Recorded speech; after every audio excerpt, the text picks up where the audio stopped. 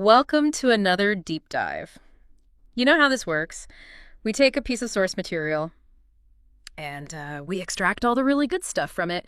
And today we're going to be going into the origins and the structure of something called universe reality. Sounds intense. It is, yeah. And the way we're going to do that is we're going to be taking a look at a transcript of a YouTube video. Okay. And this video is called The Origin, History, and Destiny of Universe Reality, Part 1, 7/11/2024, from a channel called Dr. Roger Paul. Okay.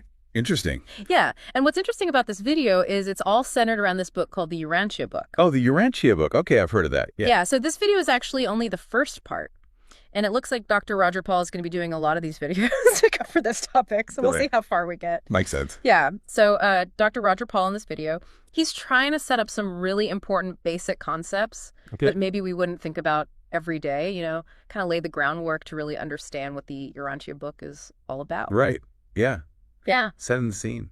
Yeah. It's like, imagine trying to read a really complicated novel without knowing anything about the language. Yeah. It's written in, Right. Yeah, absolutely. Yeah. So he's going to be going into that. Now, if you are watching the video, Okay. Dr. Roger Paul mentions that there are some slides that you can follow along with. Okay. And those are available on two websites. The first one is fifthepicalrevelationfellowship.com. That's a mouthful.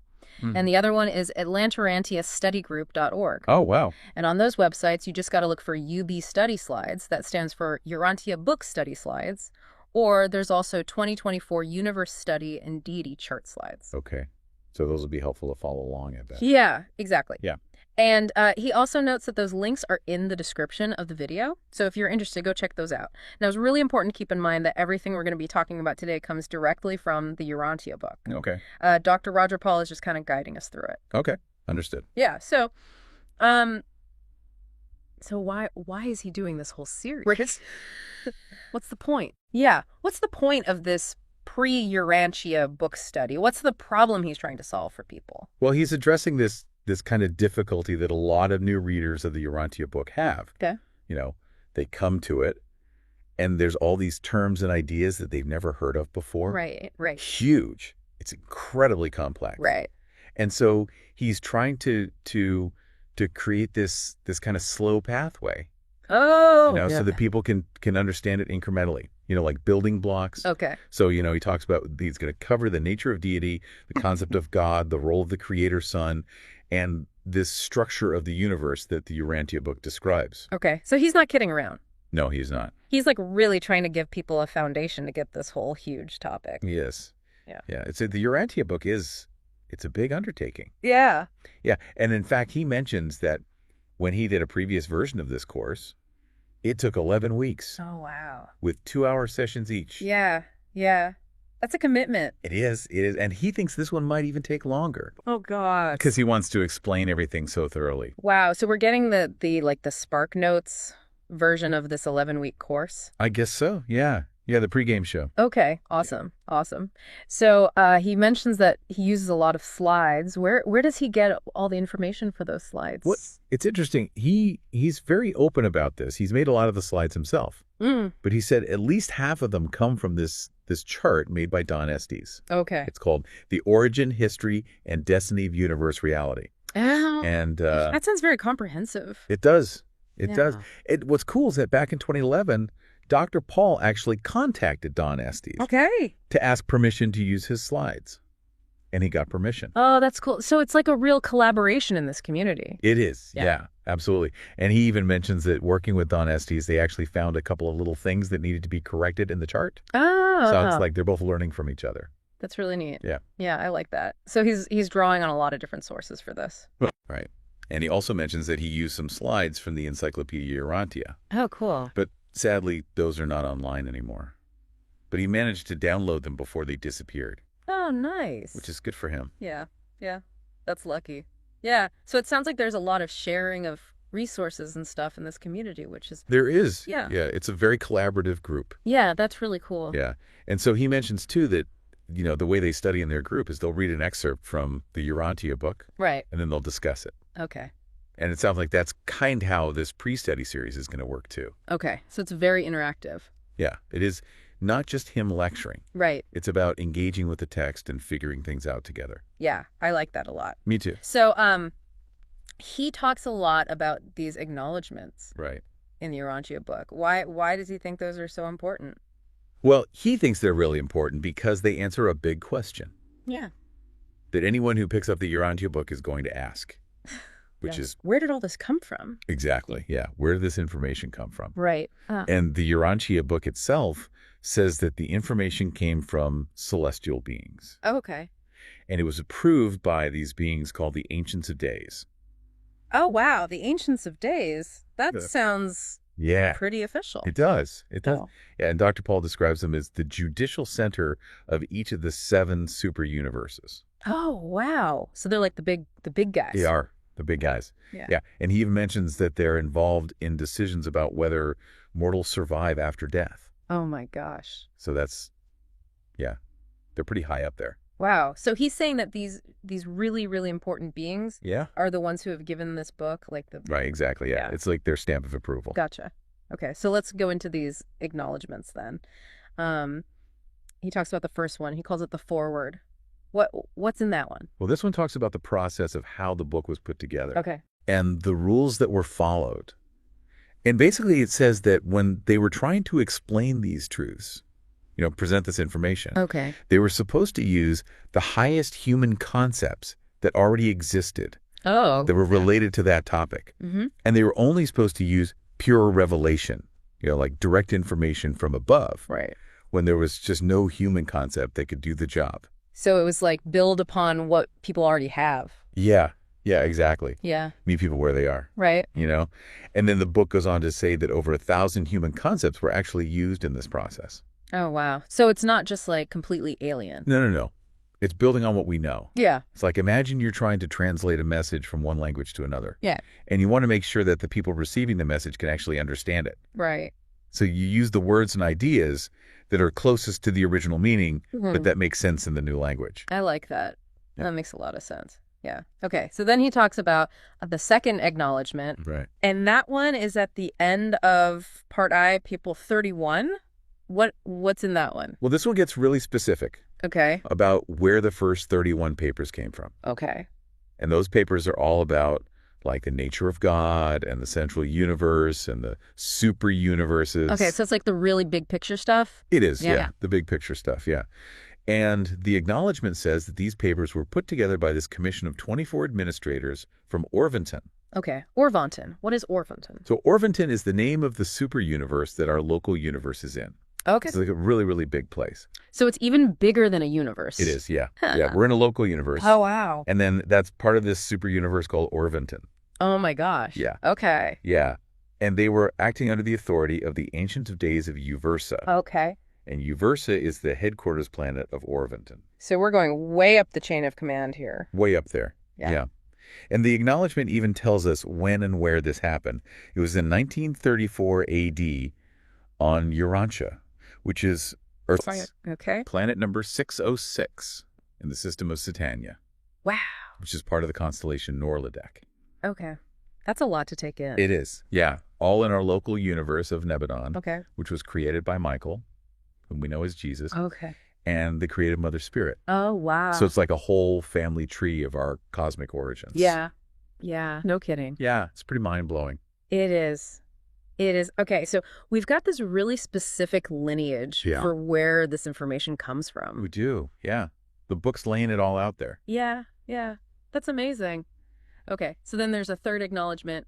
He says, that's with paper 56. What's that about? Okay. So this one tells us that the second part of the book, Okay. which is all about universal unity, was sponsored by a commission of 12 personalities from Yep. Nebadon. Oh, so from our local universe. Yeah, from our local universe. Yeah. Under the direction of someone named Manua Mazdre. Okay. And this happened in 1934 also. Okay. So what's interesting here is that different parts of the book involve different levels of celestial administration. Okay. So this part about universal unity, it's coming from our local universe. Okay. Not from the super universe level. So it's like a little bit closer to home. Yeah, closer to home. Okay. Like they got different experts for different topics. Yeah, makes sense. Yeah. You wouldn't want to have like a heart surgeon doing brain surgery. You know what I mean?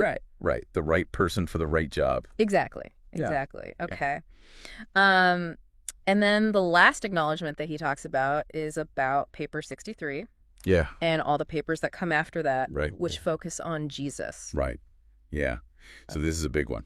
Yeah, I bet a lot of people are interested in this. I would think so. Yeah. So this acknowledgement says that a bunch of personalities were commissioned to tell the story of Urantia, our planet, Okay. leading up to the time when Michael or Jesus came here. Okay. And they specifically mention a commission of 12 from Nebadon, Okay. led by Manusa Melchizedek. Okay. And this was in 1935 AD. But then there's another acknowledgement within this one. Oh, wow. That's from a midwayer. Okay, hold on. What's a midwayer? Good question. So a midwayer is a type of celestial being. Okay.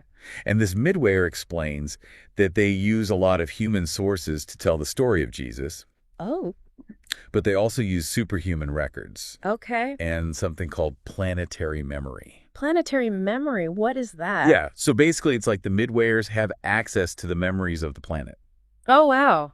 like a record of everything that's happened. Wow. So they're drawing on a lot of different sources here. They are, Yeah. to try and get the most accurate and complete picture. Yeah. Can imagine that's a pretty amazing resource to have. It is, yeah. And they say that they collected information from over 2,000 human beings Wow. throughout history who had insights into Jesus' life and teachings. So, So they're really trying to stay grounded in human understanding, right. even though they're also using these higher sources. Yeah. Okay. So it's not just straight revelation. No, it's a blend. Yeah. Yeah. It's like a research project. It is. Yeah. Yeah, exactly. Yeah, but with like the coolest sources ever. Right. Yeah. Yeah. Okay, so he also mentions that this midwayer worked with 11 other midwayers Right. to put this narrative together. Right. So it's a team effort. Yeah. Yeah.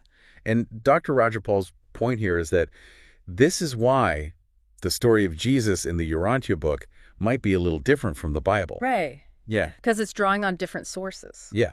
Yeah. And a much wider range of sources. So Right. it's not just based on what people remembered later on. Right. Right. Yeah. Wow. It's like getting a firsthand account. Yeah, pretty much. Okay. He also shares this quote from Jesus. Oh, yeah. From a later section of the book. Yeah. What's that about? Well, this quote talks about like the source of everything. The ultimate source, Right. which it says is the infinite. Okay. And it talks about paradise as being this perfect pattern, Okay. like the original blueprint, Right. and how that pattern has repercussions throughout all of creation, all the universes. Wow. Wow. And it talks about the role of the universal mind of the eternal God Okay. in this whole process. So it's like trying to understand the very foundation of reality. It is. Yeah. Yeah.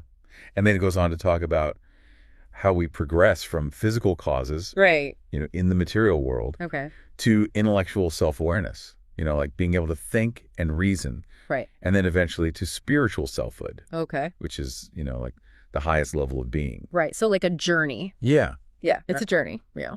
Wow. And the quote says that when all of these realities are experienced perfectly, Yeah. that's what makes up the reality of the Supreme Being. Okay. The supreme being. Yeah. So like this ultimate unifying force. Connecting everything. Yeah. Yeah. Connecting the spiritual and the finite. Wow. And it says that even though the universe is always changing, the absolute nature of things like causation and intelligence and spirit, Okay. those stay the same. So there's some constants. Yeah. Yeah. Some fundamental constants. Mhm. Okay. So he says that these concepts are not in the Bible. Right. He says that's probably because they were just too advanced Okay. for people to understand back then. Right. Yeah. It was like beyond what people were ready for. Yeah. Yeah. Yeah. Okay. He also talks about how our world is kind of like a rough copy Right. of paradise. Yeah. Like a downgraded version. Yeah, like a photocopy. Yeah, exactly. Okay. Yeah. So that's an interesting way to think about it. So we've covered a lot of ground here. We have. Can you just like summarize the really important points for us? Sure. So the key takeaways here are, first, Dr. Paul's doing this pre-study series to help people understand the Urantia book. Right. Second, he's drawing on a lot of different sources for his information, Right. including his own work and the work of others. Okay. Third, the Urantia book uses a blend of human concepts and revelation Okay. to explain things. Right. And finally, we've gotten a glimpse into some of the really deep teachings of the book, Right. including where it came from and this amazing quote from Jesus. Yeah. Yeah. No kidding. So Everything. this is really just the beginning though, right? It is, yeah. Yeah, he says there's much more to come. Okay. And he specifically mentions that next time he's going to be talking about the Trinities and the postulated I am M. So we're going to keep going deeper. Deeper and deeper. Awesome. Yeah. Awesome. So listener, as you're thinking about all of this, I want you to consider this idea of a universe that might be divinely patterned. Okay. And what it means to try to understand where spiritual knowledge comes from. Right. Here's something to think about. Right. How does this concept of a universe, rooted in an infinite source, and modeled after this perfect paradise reality, right, how does that resonate with your own understanding of existence? Yeah, good question. Yeah, so keep exploring these ideas. Yeah. And maybe even check out the Urantia book for yourself. Why not? Yeah. All right, thanks for joining us for another deep dive. Yeah, thanks everyone. We'll see you next time. See you later.